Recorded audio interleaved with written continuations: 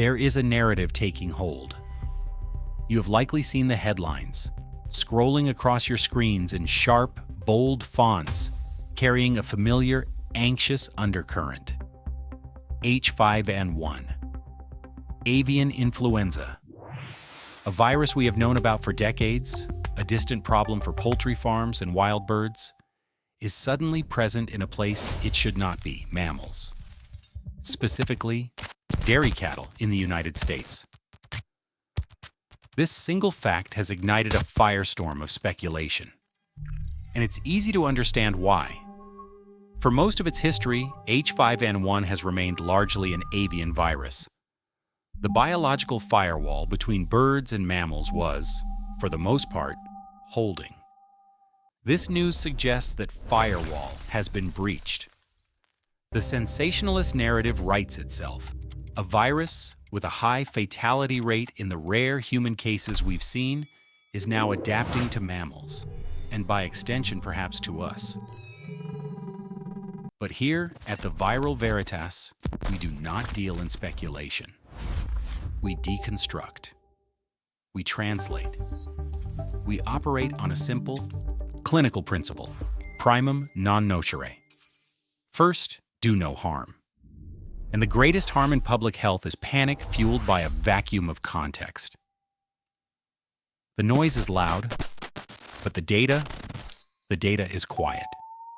To find the truth, we must silence the noise and turn to the primary source. In this case, it is this document, the latest joint epidemiological report from the ECDC, the European Centre for Disease Prevention and Control, and the EFSA, the European Food Safety Authority.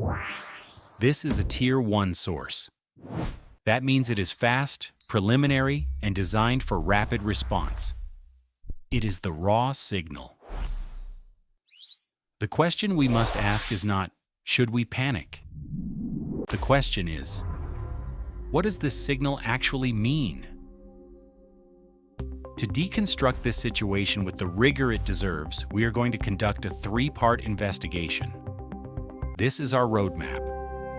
First, we will commit to our principle of radical transparency. We will define precisely what this Tier 1 ECDC report is, how this data was collected, and what its inherent limitations are. Second, we will clinically examine the data itself. We will visualize the charts and tables from the report, looking at these spillover events and separate what we know from what is merely suspected. And third, we will explore the why. What is the biological significance of this jump to mammals?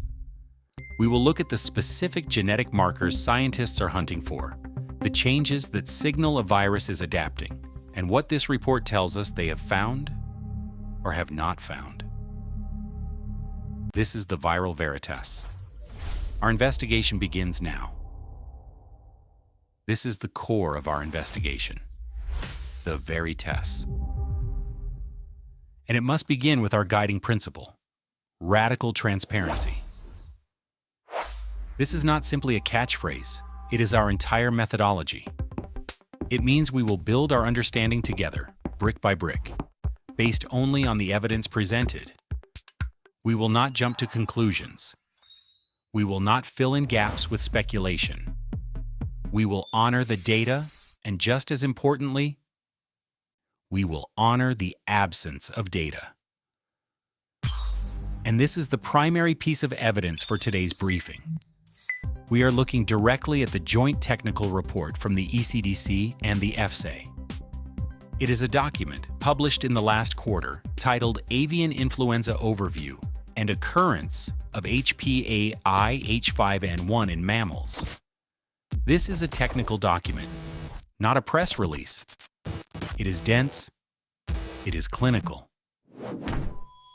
This is what we at the Viral Veritas classify as a Tier 1 source. It is absolutely crucial to define this before we read a single line. A Tier 1 source is built for speed and surveillance. It is an early warning system, a snapshot of data compiled rapidly by public health agencies to inform immediate action. It is not a Tier 2 source.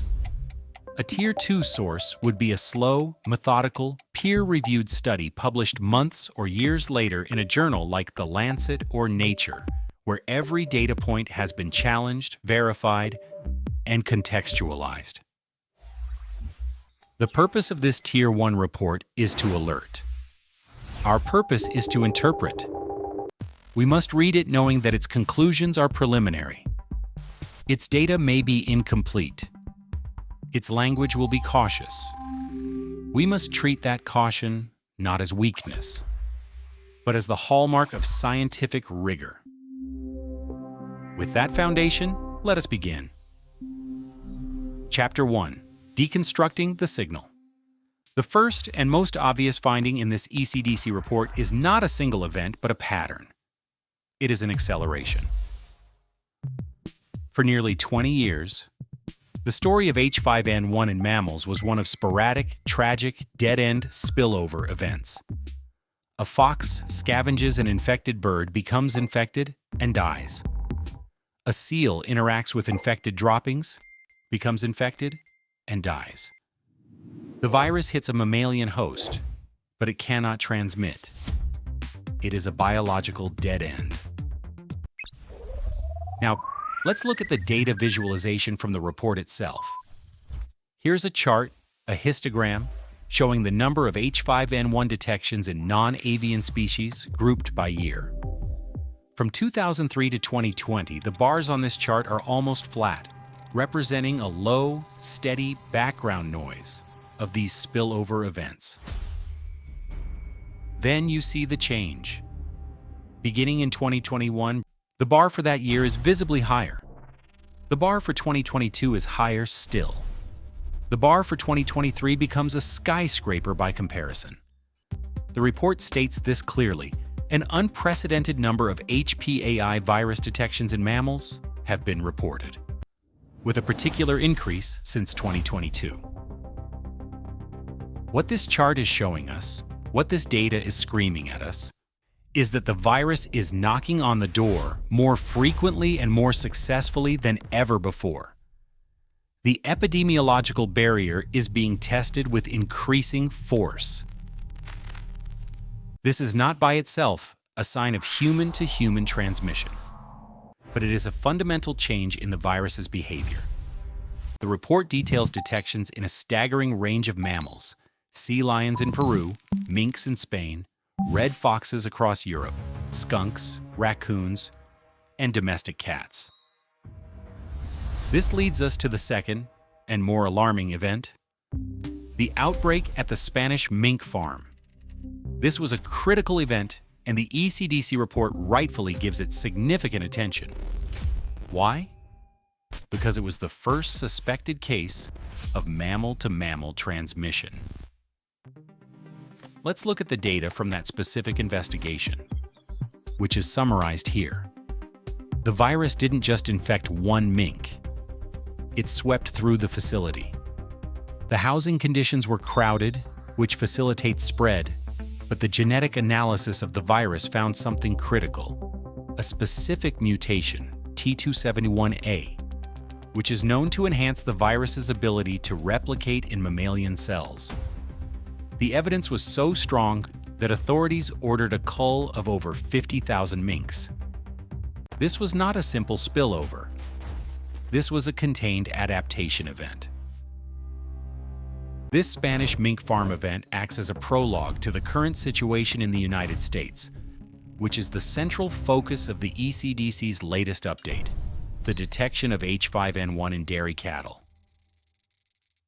This is the true paradigm shift. Foxes, minks, seals. These are often wild animals or scavengers in direct contact with infected wild birds. Dairy cattle are not. They are a managed agricultural population. Their exposure is different, and their potential for close, sustained contact with humans is dramatically higher. The report confirms detections across multiple U.S. states. It confirms the virus is the same clade, HPAI H5N1 2.3.4.4b, that has been circulating globally. But here is the most important sentence in this section. and we must read it with clinical precision. Sani. The report states that the U.S. data points to probable mammal-to-mammal transmission among the cattle. Let us deconstruct that word. Probable. Why not confirmed? Because this is a Tier 1 report. The data is moving faster than the contact tracers. To confirm transmission, you need to prove cow A gave it to cow B, who gave it to cow C, with no intervening exposure to an infected bird or contaminated environment. That investigation is still ongoing. But the evidence for it is overwhelming. We see this in the text. The virus has been detected in non-pasteurized milk from affected cattle. This suggests the virus is replicating within the udder, providing a novel route of transmission via milking equipment that is entirely mammal to mammal. This is new. This is the event that changes the risk profile. So, to summarize Chapter 1, the signal from the ECDC is that H5N1 is no longer just spilling over sporadically. It is now causing large, sustained outbreaks in mammalian populations with strong, probable evidence of mammal-to-mammal transmission. The frequency has increased, the host range has widened, and the mode of transmission appears to be evolving. This is the what. Now, we must investigate the why. Chapter 2. The biological mechanism. To understand why this is happening, we have to move from the Tier 1 data, the report, and briefly enter the world of Tier 2 knowledge, the textbook. We must ask a fundamental question. What makes an avian virus avian? The answer lies in a simple analogy, a lock and a key. Every cell in your body is covered in receptors which act like locks. A virus has a key on its surface, a protein called hemagglutinin, the H in H5N1. To infect a cell, the key must fit the lock. Avian viruses like H5N1 are keyed to fit a specific lock called an alpha-2-3-sialic acid receptor. These locks are found in abundance in the respiratory and intestinal tracts of birds. Human cells, particularly in our upper respiratory tract, our nose, our sinuses, our throat, have different locks. They are dominated by alpha-2.6-sialic acid receptors. For its entire history, H5N1 has held the bird key, alpha-2.3. It simply does not fit the human lock, alpha-2.6, very well. This is the primary species barrier. This is why you can't catch bird flu from the air like you catch a human cold. For a human infection to occur, one of two things usually has to happen. Either a human has massive, overwhelming exposure, like a poultry worker in direct contact with thousands of infected birds, allowing the virus to brute force its way into the few alpha-2-3 receptors we do have deep in our lungs. This is why the human cases we have seen are often so severe and carry a high fatality rate. The virus isn't in the nose. It's causing pneumonia deep in the lungs. Or, the virus mutates. It changes its key. It adapts its hemagglutinin protein to recognize the human alpha-2-6 lock. This is the single greatest concern for global health. This is what we are all watching for. But the key is, level strong, not the only problem for the virus. There is a second barrier, the engine. The virus's replication machinery, its polymerase complex, is tuned to work best at the body temperature of a bird, which is high, around 41 degrees Celsius, 106 F. The human upper respiratory tract is much cooler, around 33 degrees Celsius, 91 F. The virus needs to mutate its engine to work efficiently at this lower temperature. The most famous of these mutations is a change in a gene called PB2. A specific mutation, known as E627K, is the classic, well-understood adaptation that allows the virus to turn on its engine in a mammalian host. So, we are hunting for two distinct sets of changes. Receptor binding, changes to the hemagglutinin, HA gene, allowing it to bind to human-like alpha 2.6 receptors. Polymerase adaptation, changes to the PB2 gene, like E627K, allowing it to replicate in the cooler environment of a mammal. Now, let's take this Tier 2 knowledge and return to our Tier 1 report. This is the billion-dollar question. Does the ECDC report state that these genetic markers have been found in the cattle? This brings us to the most technical and most critical part of our investigation. We must turn to the genetic sequencing data. Here it is. The report explicitly states, yes. I will read the finding directly. Several viruses collected from cattle, as well as from a human case in Texas, showed markers of adaptation to mammals. Let's deconstruct that. The report confirms that a mutation in the PB2 gene was identified. This is the engine adaptation. It is a clear, unambiguous genetic sign that the virus is evolving to better replicate in a mammalian host. This is not a probable. It is a genetic fact confirmed by sequencing. This is the single most important finding in the entire report. It is the hard evidence that the virus is not just in mammals. It is actively changing because of its time in mammals. However, the report immediately follows this with a second, equally important finding. And this is the nuance that is so often lost. What about the key? What about the hemagglutinin, the receptor binding? The report states, and again, I am quoting directly, all viruses retained a preference for avian-like alpha 2.3 receptors. This is the paradox. This is the aha moment of our investigation. The virus has mutated its engine, PB2, allowing it to run more efficiently inside the mammal. But it has not yet mutated its key, hemagglutinin. It is still using the bird key to get in. This explains everything. It explains why it's spreading in cattle, perhaps through milk, which is a different environment, but not, as of now, spreading through the air between humans. It is a virus that has taken one significant step toward adapting to mammals, but has not yet taken the second critical step. It has one foot on the platform. It has not yet boarded the train. Chapter 3.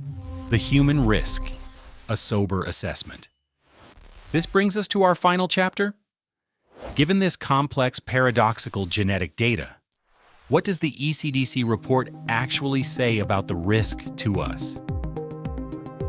This is where radical transparency is most important, because this is where panic lives. Let's turn to the risk assessment section. The ECDC, like all public health bodies, separates risk into two distinct categories. And you must understand this distinction. Risk to the general public, that is, people with no occupational exposure. Risk to exposed individuals, that is, farm workers, veterinarians, slaughterhouse workers, or anyone in direct, daily contact with infected animals. Let's look at the general public first. The ECDC's conclusion is stated in plain language. The ECDC assesses the risk of infection for the general public as low. Why? Because the key is still wrong. The virus is not adapted for airborne transmission between people. You cannot get this from walking down the street. The report is clear on this. The low assessment is based on the hard genetic evidence that the hemagglutinin protein has not changed to prefer human receptors. However, for exposed individuals, the assessment is different. The ECDC assesses the risk as low to moderate. Why is this different? Because of the principle of exposure. A farm worker handling infected cattle, or especially infected raw milk, is receiving a massive viral dose. This overwhelming exposure can bypass the lock and key problem. It's the brute force method. And this is not theoretical. The report explicitly analyzes the single human case associated with this cattle outbreak, a dairy farm worker in Texas.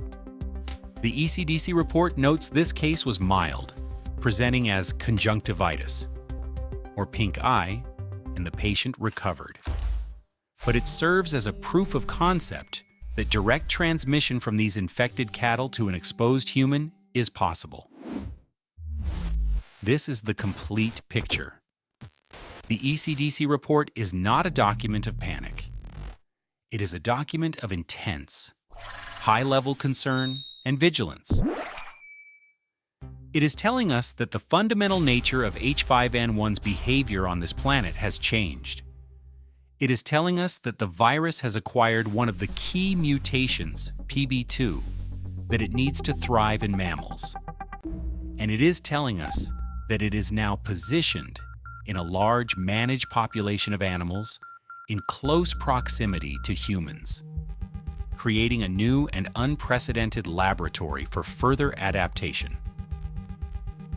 It is a signal that the firewall is not just being tested, it is being eroded. The report concludes with what must be done. It calls for enhanced surveillance. This means ramping up testing, not just of sick cattle, but of seemingly healthy ones. Sequencing every virus found, from cattle, from wild birds, and especially from any exposed human, to watch for that second critical mutation in the hemagglutinin gene, stopping the movement of infected cattle. And critically, protecting workers by urging the use of personal protective equipment, PPE, for anyone in contact with these animals. This is what a data-driven, non-panic response looks like. It is a sober, clinical assessment of a new and evolving threat. We have deconstructed the report. We have separated the signal from the noise. We have defined what we know, and just as critically, what we are waiting to find out. The investigation has given us the evidence. Now in Act 3, we must deliver the verdict. We began this investigation with a simple goal: to silence the noise of panic and listen to the signal from the data. We have now deconstructed that signal, this Tier 1 report from the ECDC, piece by piece, and a clear, coherent, and complex picture has emerged. This is the grand synthesis. In Act 2, our investigation revealed 3 critical truths. First, we saw the data visualization, the charts that show H5N1 is knocking on the door of the mammalian world with unprecedented frequency. This is no longer just a background-level threat. Second, we discovered the central paradox of the virus's biology. It has successfully mutated its engine, the PB2 gene, to replicate efficiently in mammals. We can see this genetic fact in the sequencing data. But it has not yet mutated its key, the hemagglutinin protein, and is still keyed for avian receptors, not human ones. And third, we saw how this paradox directly shapes the official risk assessment, a low but non-zero threat. So let us return to the question from Act 1. What does this all mean? And should we panic? The evidence we have analyzed from the ECDC, our primary Tier 1 source, shows unequivocally no. Panic is a paralytic. It is a response to ambiguity and fear.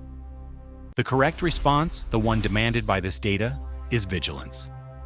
What this report signifies is not an active pandemic, but a fundamental change in potential. The threat of H5N1 adapting to humans has, for the first time, moved from the realm of the purely theoretical to the observable. We are now watching an evolutionary process happen in real time, in a new population of animals that live side by side with us. This brings us to our final verdict. Here at the Viral Veritas, our guiding principle is Primum Non Nocere. First, do no harm. In the world of public health communication, the greatest harm is to strip context from data. The sensationalist narrative conflates high scientific concern with high public risk. They are not the same thing. It is a fact of high scientific concern that the virus has acquired a mammalian adaptive PB2 mutation. This is a serious event, but it is a fact of public health data that the virus is not yet adapted to spread between humans, and the risk to the general public remains low. Both of these statements can and must be true at the same time. To empower you, not frighten you, is to give you the context to hold both truths. This is not the end of the story. This is a new chapter. The outlook, therefore, is one of surveillance. We, the scientific community, are no longer just watching the skies. We are watching the farms. The alarm bell we are listening for is clear. Any genetic sequence from any host, bovine or human, that shows a change in the hemagglutinin gene. That is the marker that would signify the next and most dangerous step. Until that day, if it ever comes, the appropriate response is not fear. It is rigor. It is supporting the enhanced surveillance the ECDC calls for. It is protecting our farm